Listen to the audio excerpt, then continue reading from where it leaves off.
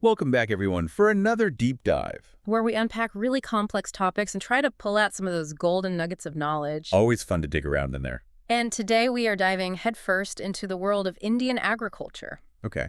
specifically kind of the intriguing income gap between dairy and vegetable farmers Yeah, in India. it's a fascinating case study.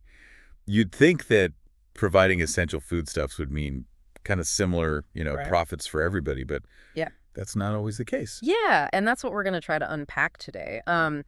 Our main guide for this is going to be a really compelling note from Vijay Singh, CEO of Shunya Agritech. Hmm. It's called Bridging the Income Divide in Indian Agriculture, Lessons from Amul for Vegetable Farmers. Okay. So let's jump right into it. What's the real story behind this income gap? Well, I mean, the disparity is really pretty stark. Dairy farmers, particularly those associated with cooperatives like Amul, Okay. often enjoy a significantly larger share of the consumer price. Yeah. We're talking 80 to 85%, 80 to 85%. as opposed to their counterparts growing Oh. vegetables. Wow, that's a huge chunk. I mean, if a liter of milk sells for 60, the dairy farmer is pocketing almost 50 other. Exactly. Now compare that with vegetable farmers who might receive Yeah. a significantly smaller percentage, sometimes as low as 30 to 40% for, Oh, wow. the same amount of tomatoes or onions. So using that same example, the vegetable farmer is only taking home €15, $25. Yeah, there's a big difference. That's a massive difference. So, I mean, is producing milk inherently more profitable than growing vegetables, or what's driving that? I don't think so. It's more about the systems in place. Okay. Amul, the dairy cooperative, provides a compelling example of a more equitable model. Okay. And it really boils down to collective bargaining power, Okay. efficient operations, and a keen focus on quality control. So it's not just about the product itself, but how it's brought to market Right. and the systems and the infrastructure in place. Right. Okay. So tell me a little bit more about Amul. How have they managed to create such a successful model for their farmers? So Amul is a shining example of a cooperative model done right. Okay. They have over 3.6 million dairy farmers, 3.6 million. not as mere suppliers, but as stakeholders who own and manage the cooperative. That's incredible. It's like a farmer-run democracy for milk, Precisely. in a sense. And this ownership structure translates to direct benefits. These farmers have voting rights and receive a share of the profits. Okay. But goes beyond that. Amul has streamlined its operations, cutting out intermediaries and keeping costs low. Okay, so efficient. Their focus on quality is paramount. They've invested heavily in milk quality testing facilities, Okay. ensuring that farmers meet high standards and are incentivized to maintain those standards for better returns. It's fascinating how Amul has created this self-sustaining ecosystem where everyone benefits, especially the farmers. Right. But this begs the question, could this model be replicated for vegetable farmers, or are the challenges too different? That's the million-dollar question, and it's something we're going to explore further as we delve into some of the complexities faced by vegetable farmers. So we've established that Amul's cooperative model has been incredibly successful for dairy farmers. Yeah. But as you mentioned, vegetable farmers face a different set of challenges. Right. Their produce is perishable, markets fluctuate, Mm. and middlemen often hold a lot of the cards. Yeah. It's a tough landscape to navigate. It is indeed.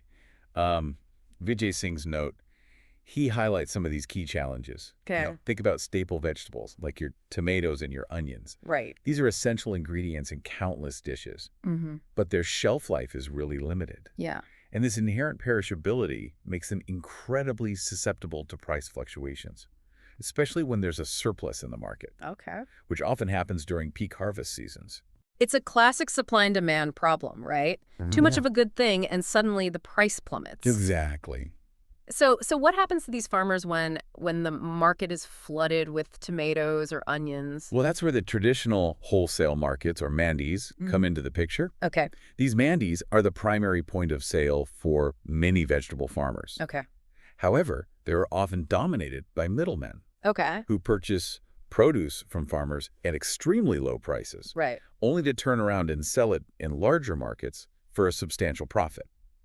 So the farmers are stuck in this difficult position, facing low prices at these mandis, and then also liking the resources to transport and sell their produce directly to consumers in urban All areas. right. It's a system that seems ripe for exploitation. Unfortunately, that's often the reality. Yeah. And if that wasn't challenging enough, Right. there's another layer to this, a lack of adequate cold storage infrastructure. Right. I read about that in the note too. Yeah. It seems that a lot of produce goes to waste because it simply can't be stored properly. Exactly. Exactly. Without proper cold storage facilities, a significant portion of these perishable vegetables ends up rotting before they even reach the market. Wow. This loss further diminishes farmers' already meager incomes and contributes to, food waste, which is a pressing concern in itself. It's a heartbreaking situation, especially considering how essential these farmers are to feeding, Yeah, the nation. right. Their hard work and the food they produce literally sustain us. Yeah, absolutely. But it's not all doom and gloom, right? I mean, Mhm. we talked about Amul's success, and I understand that there are technological innovations kind of trying to address these issues as well. You're right. Yeah. The situation is challenging but not insurmountable. Okay. And you're right to point out the role of technology. Mm-hmm. This is where companies like Shunya Agritech come in, employing technology to empower farmers, Okay. starting with the very foundation of dairy farming, cattle feed. So they're bringing tech into the barn. They are. That's fascinating. Yeah. Tell me more about Shunya Agritech and their approach. Well, Shunya Agritech focuses on providing dairy farmers with a steady, reliable source of high-quality fodder Okay. through their hydroponic fodder system. Hydroponic fodder. So they're essentially growing animal feed without soil. That's exactly. That sounds incredibly innovative, especially in a country like India where water scarcity can be an issue. Absolutely. Hydroponics allows them to cultivate fodder indoors, Wow. using significantly less water compared to traditional methods. Okay. And they offer this service on a subscription basis, Oh, wow. ensuring a consistent supply of nutritious feed at a predictable cost, Okay. which frees farmers from the volatility of the fodder market. That's brilliant. It removes so much uncertainty for the Exactly. farmers. Right. But it sounds like their approach goes beyond just addressing the feed supply. Mm-hmm. What about like connecting with buyers and getting fairer prices for their products? You're spot on. Shunya Agritech has also developed sophisticated AI-powered tools designed to analyze milk quality and connect farmers directly with buyers, bypassing those traditional intermediaries who often eat into their profits. So they're using AI to cut out the middleman. Mm-hmm. It seems like that's a recurring theme in creating a more equitable agricultural system, It is. It's both for dairy and potentially vegetable farmers. It's a powerful strategy and one that holds immense promise. Okay. However, the challenges faced by vegetable farmers are multifaceted. Right? While technology can undoubtedly play a role, Mm-hmm. it's crucial to explore a broader range of solutions as well. Absolutely. Technology is a powerful tool, but it's not a magic bullet. Right. So let's delve into some of those other potential solutions. Yeah. Where do we even begin to address this complex issue Right. and create a brighter future for vegetable farmers? Yeah. We've talked about the challenges, perishable produce, volatile markets, the role of middlemen. Right. But what I'm really curious about are potential solutions. How can we take inspiration from models like Amul and leverage technology to create a more equitable system for vegetable farmers in India? Well, that's the heart of the matter, isn't it? Yeah. And, Vijay Singh's note, he lays out some really promising avenues. Okay. One that stands out is the concept of farmer-producer organizations, or FPOs, Okay. specifically tailored for vegetable farmers. So kind of like a vegetable version of Amul, Ex creating that collective bargaining power. Exactly. Imagine, vegetable farmers pooling their resources, collectively managing their produce, Right. and negotiating directly with larger buyers. Okay. This model holds the potential to increase their bargaining power significantly. Makes sense. Strength in numbers. Mm-hmm. But would this be enough to offset the losses they face from spoilage? Right. We haven't forgotten about the lack of cold storage, right? Absolutely not. Absolutely not. FPOs could be a game changer, but they work best in conjunction with other solutions. Okay. Addressing the cold storage deficit is crucial. Imagine a network of well-maintained cold storage facilities, Mm-hmm. strategically located across key agricultural regions. Mm-hmm. This would allow farmers to store their produce at peak freshness, reducing waste and giving them greater control over when and where they sell.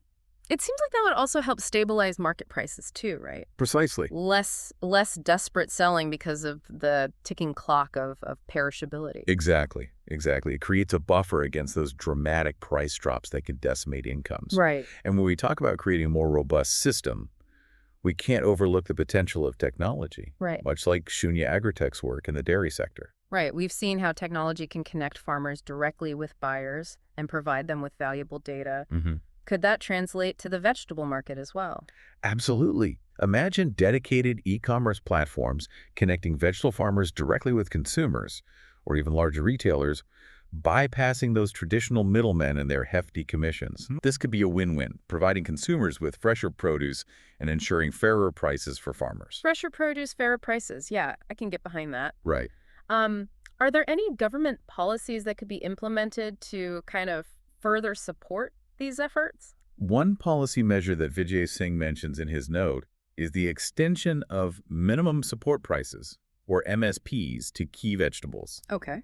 MSPs essentially act as a safety net, guaranteeing farmers a minimum price for their produce, even during market downturns. That sounds like a crucial step towards stabilizing incomes and reducing the vulnerability of these farmers to market volatility. It could be a game changer, providing a much-needed safety net and encouraging more people to stay in vegetable farming, which is crucial for national food security. Right, it all comes back to the bigger picture, If feeding a nation. Yes. Are there any other kind of innovative solutions being explored in this area? One last point to consider is promoting value addition and food processing within the vegetable sector. Okay. This could involve farmers themselves processing their produce, turning tomatoes into sauces, drying onions, Okay. or freezing surplus produce. Okay. This would not only reduce waste, but also allow farmers to capture a larger portion of the profits further down the supply chain. Now that's resourceful. It's about empowering farmers to be more than just producers, but also entrepreneurs in their own right. Exactly. Exactly. Yeah. The solutions are out there, and many of them draw inspiration from successful models like Amul. Right. It's a matter of adaptation, investment, and perhaps most importantly, a commitment to creating a more equitable and sustainable agricultural landscape. This deep dive has been incredibly insightful. It has. We've explored the challenges, we've uncovered these inspiring solutions, and we've really highlighted the importance of innovation, collaboration, and smart policy in creating a more just and sustainable food system. And let's not forget the human element at the heart of all this. Right. The farmers who dedicate their lives to feeding us. Absolutely. Absolutely. So to our listeners, we leave you with this. What if the Amul model of cooperation and empowerment, coupled with technological innovations like those pioneered by Shunya Agritech, could be the blueprint for a global agricultural revolution, one that benefits not just farmers, but all of us who rely on them? Food for thought, wouldn't you say? That's a wrap on this deep dive. Thanks for joining us.